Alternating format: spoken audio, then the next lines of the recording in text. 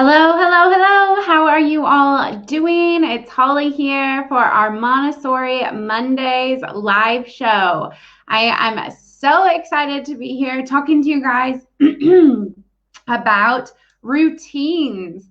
I don't know if you noticed because there's a lot of traffic and posts in this group every day, but I asked a question whether you are practicing a routine or not. And we had very, very many responses saying, yes, you are practicing routines, and no, you are very flexible. They're pretty much answers all over the board. So I'm really excited to be talking today about what a routine is and how you can incorporate Montessori into your routine at home.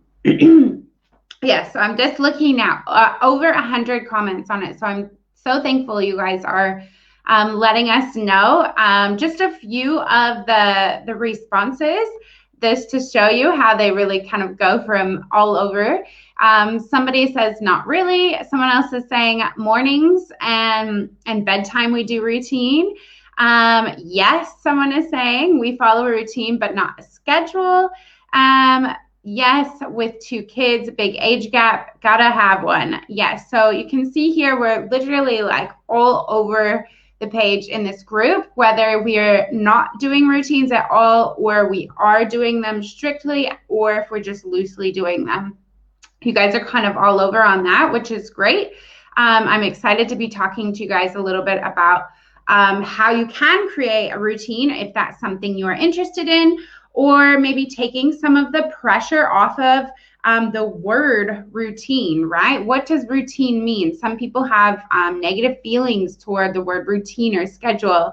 And I just want to talk a little bit about how we can kind of get past this and use routines to help us and our toddlers, of course. So we'll be focusing on how you can create a routine for your toddler at home.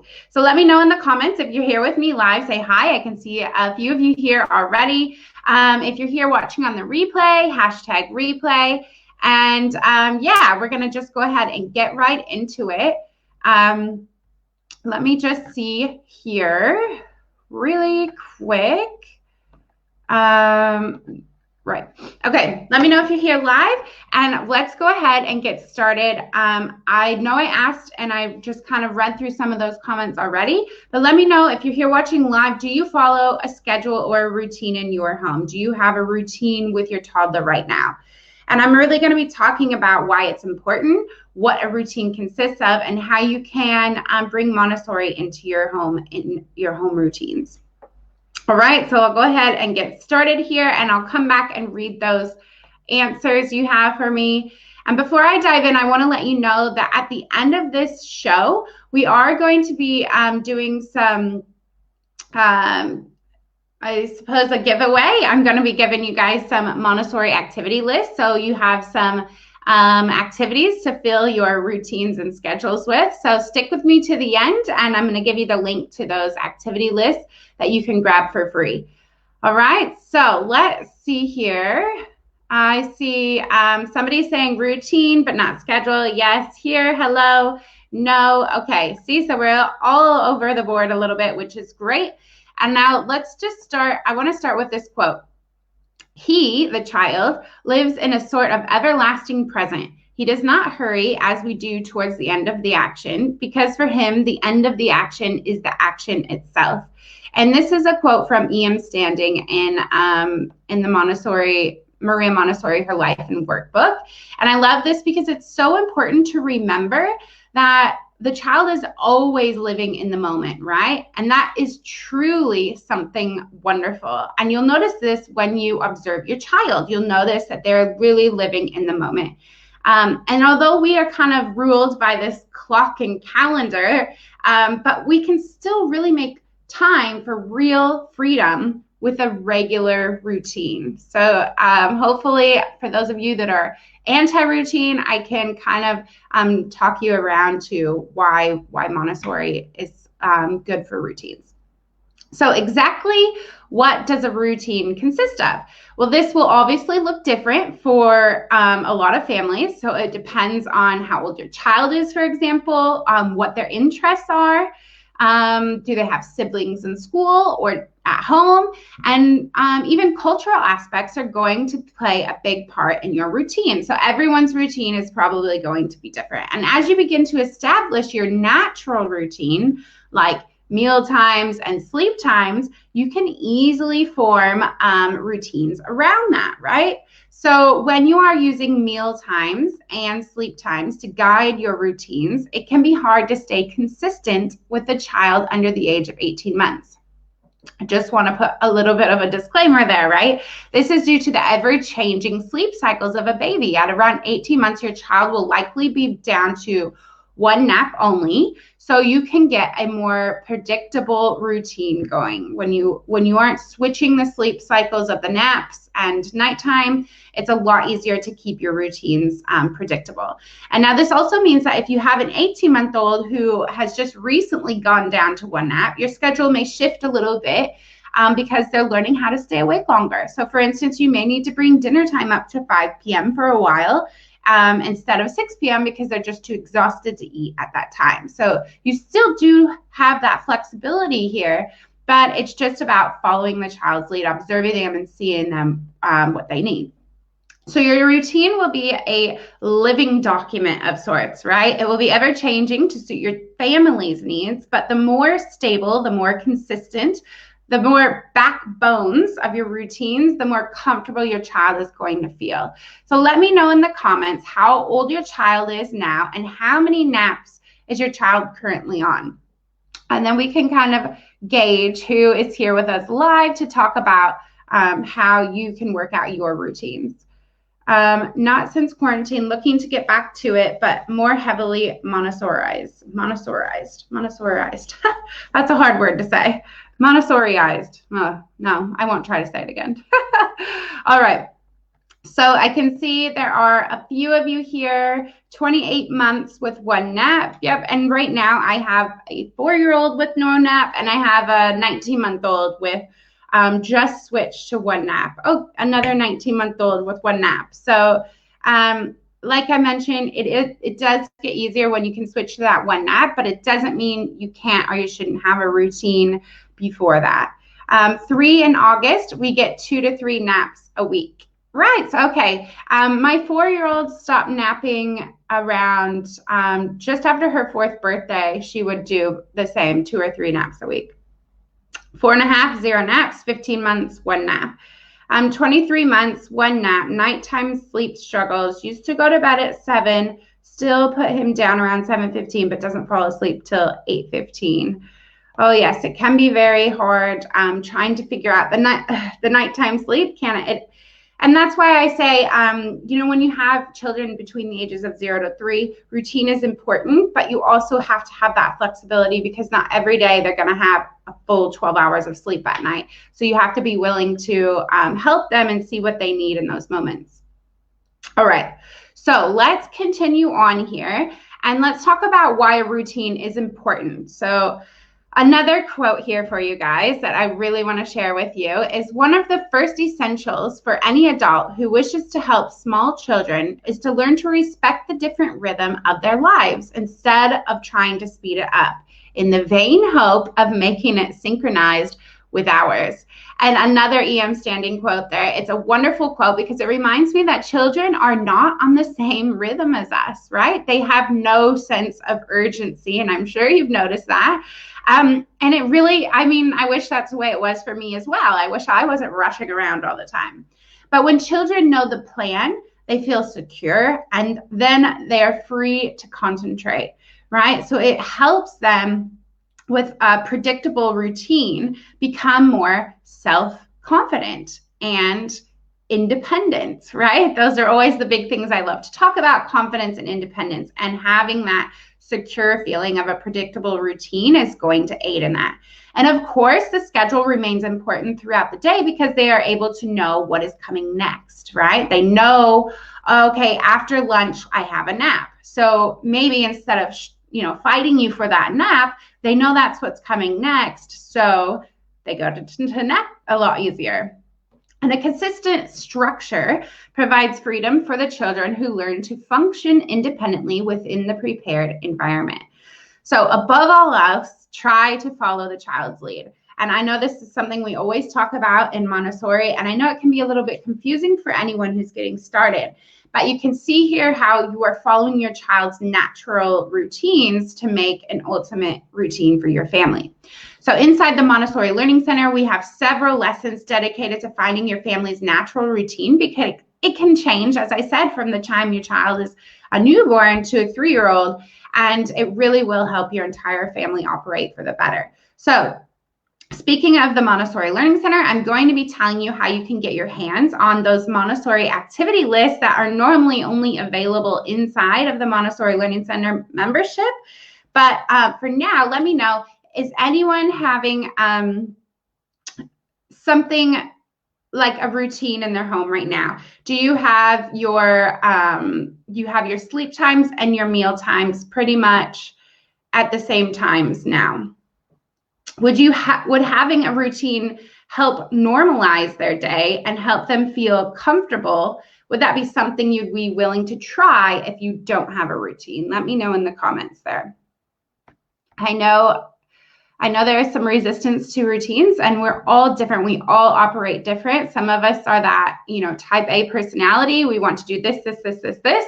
And so it's easy to do routines, and some of us just aren't like that. And so it's a little bit harder. So we have a yes on a schedule. We try, yes, every day. Yeah, okay. So you guys are there with the meals and nap time. So now let's talk a little bit about what a toddler's schedule could look like. So now we have talked a little bit about what and why these routines are so important. And if you are here live, then let me know in the comments. Go ahead and add your bare bones routines in the chat for me. So let me know your meal times, breakfast, lunch, dinner, and your sleep times, and that includes wake times and nap times. And then we can kind of go through it together and see where we can put in these other items of your day. So once you get those written down on your schedule, you can pretty much work in the rest of your day from there. So for example, if your wake time is, say, 7 a.m., I wish ours was 7 a.m. It's more like 6 a.m., but we'll say 7 a.m. here. And breakfast is at 7:30, then you're probably going to be ready to start your next activity at 8. So maybe 8 o'clock, you would do your morning routine, which might consist of self-care, brushing teeth, getting dressed, getting ready for the day, right? Those are all morning type routines that you would do. If you have a child in school, you might pack their bag. Child in daycare, same, pack their bag. And you can invite the child to help you with that as well. Remembering that a child does not have a sense of urgency at this time. So you want to only invite them when you have time for them to help, right? Don't want to be rushing them through the process. So during this morning time, after your morning routine, if your children are staying home with you, you can work in that Montessori work period. Now, if you work Monday through Friday and you have Saturday and Sunday off, you can do your work periods on Saturday and Sunday. If you have your children home with you 7 days a week, you can do 2 or 3 days of Montessori work periods. You don't have to do all 7 days of Montessori work periods, especially at this young age. Now, this period can be a time between 30 minutes to 3 hours, depending on your child's age. The older the child, the longer the period, the longer they can concentrate, right? Those skills have been built up and they should be able to concentrate longer. So now before I kind of get into the Montessori work period, I want to talk a little bit about, I want to talk a little bit about the do's and don'ts of the Montessori work period. So first of all, the Montessori work period does not mean the child is concentrating for 3 straight hours, right? Your child is probably not going to sit in front of their shelf and work on those activities for 3 straight hours at such a young age, right? The child is working on the same material for 3 straight hours, right? That's not what it means. It doesn't mean that the child has to work at the shelf for 3 straight hours, right? They can do other Montessori activities like practical life activities or gross motor outdoors, right? Following your child's lead and observing them will help you to decide what Montessori work they should be doing. And again, it means that a Montessori work period does not have to be done every day. As I mentioned earlier, maybe you only want to do it 3 days a week, Monday, Wednesday, Friday. Maybe you want to do it Monday through Friday, or maybe you only have Saturday and Sunday to work with. So you can see you can make it into your own schedule to meet your family's needs. I do suggest doing it in the morning because your child's probably a little bit less tired, a lot less going on. But if you need to do it in the afternoons, you can do it in the afternoons as long as your child is ready for that, right? So a Montessori work period does mean that working on different materials from the shelf, they can work whatever materials they want on the shelf at this time. They can work on practical life activities like making a snack for themselves. So let's say you have a 3-hour work period and you have a 2 or a 3-year-old, and you start at 8:30 and you end at 11:30, right? So in there, you're probably going to need a snack. And this is a great way to invite your child to do some food prep for practical life, some cleaning. When it's done, they can serve the snack to everyone in the family. It's a great way to include practical life in your Montessori work period. You can also go outside for focus on the sensitive period for movement, right? So if they're in the huge gross motor sensitive period, maybe 12 months on up, they're in their movement sensitive period from 0 to 6. So anywhere between there, they're going to have these, I say 12 months because that's when they're learning to kind of walk, and they're really, really refining that, being able to pull up and cruise around and then walk on their own and then run. So that movement is so important at that age. That is Montessori work, and you can include it in your Montessori work period. All right, one more do for your Montessori work period is that it can be done every other day, on weekdays, and every other weekday. It's up to you. As I already said, it really is up to you and your family and when you have time for this. Okay, so with those do's and don'ts in mind, try to start a Montessori work period that suits your schedule but isn't limited to shelf work. And if you are including snap time in your Montessori work period, you will likely be able to zoom through your morning, right? Because doing that in the middle of the shelf work or outside, you'll be able to get straight to lunchtime if you do a 3-hour work period. And then you can add in a little outdoor time or an outing to fill your morning as well. And then you can fill the afternoons with nature time, or perhaps you need to do some errands, or instead of writing down the exact activity on your schedule, instead of making it something you have to do, you can always write get out of the house, right? Just whatever it is, you're just going to leave the house because you're going to be at home for those Montessori work periods. You can get out of the house in the afternoon. So then it doesn't feel like you're, not going anywhere. And then that just leaves dinner and bedtime, right? So having a morning routine and a bedtime routine are really going to help you through those toddler years, okay? So having those big power struggle moments, I know we talk about this all the time here, brushing teeth and even, getting dressed. It can all be a big struggle around these ages, 1 to 3 years old, and having a set routine at these times of the day are really, really important to both the adult and the child. So by staying consistent, you'll be able to avoid some of these big power struggles that I'm talking about. And because your child will understand that it's just the natural rhythm of the day, that's just what's happening next, it's going to go a lot easier for you. So just a quick example, our nighttime routine goes something like this: dinner, bath, pajamas, brush your teeth, brush your hair, then we read some books, and then it's bed, right? And we do that every single night. And it works for us, right? My kids know exactly what's next. They don't fight it. They get into bed. They know exactly what's coming. And I have, like I said earlier, a 19-month-old and a four-year-old. So it really does help, having that consistency of a routine. So I want to encourage you guys to get your routines put together and let me know what you guys think. Can you do a routine if you haven't already? And I'm going to go ahead and look at the comments now, see what questions you guys have for me, and have a look at your routine and see what we can see, what I can see you guys commenting, see what you guys all have for your routines. And as I said earlier, normally only available in the Montessori Learning Center. I want to give you guys a copy of the Montessori Age Appropriate Activity List for 0 to 36 months. All you need to do is to sign up for the Montessori Learning Center wait list, and I'll email them right to you. So I'll add the link in the comments now, and I'll answer you guys' question before I sign off. All right, let me quickly add this link and see here. Where are we? There we go. Okay. So that was not the link. All right. 1 second. Hold with me, guys. Oh, I just pasted something else that I didn't want to paste. Okay.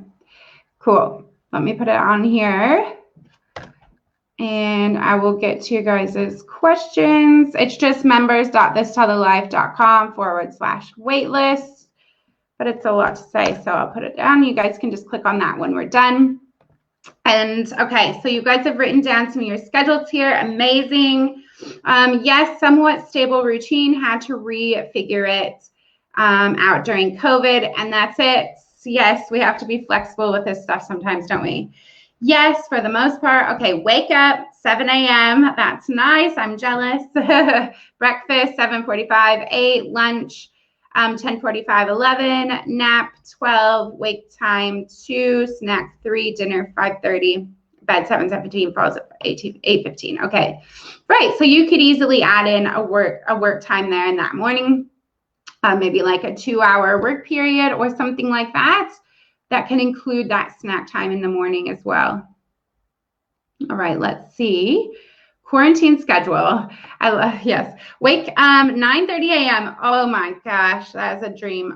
Self-care, breakfast, outside play, then following his lead until nap at 3 p.m. Wakes at 5:30, walk with snack and stroller for 1 hour, bed at 10 p.m. Okay, that's why he wakes up at 9:30, because he goes to bed at 10. Okay. It's all relative. I always feel like when you look at posts and comments about when people wake up or when children wake up, you think, oh my gosh, you know, that child wakes up at 9:30, but then they're going to bed at 10. So they're all getting about around the same hours of sleep at night, close to 12. Okay, so let's see, 8 a.m., 9 a.m. wake up, change breakfast, 9 a.m. Montessori work time. Awesome. You've already put some of that in there. 10 a.m., 10:30 virtual circle time. That's awesome. Virtual circle time. Where are you doing that at? 11 and 12 workout time with mommy. 12 to 1 lunch and cleanup. 2 to 4 nap. 4 snack. 6 p.m. dinner. 7:30 bedtime. Yes. Cool.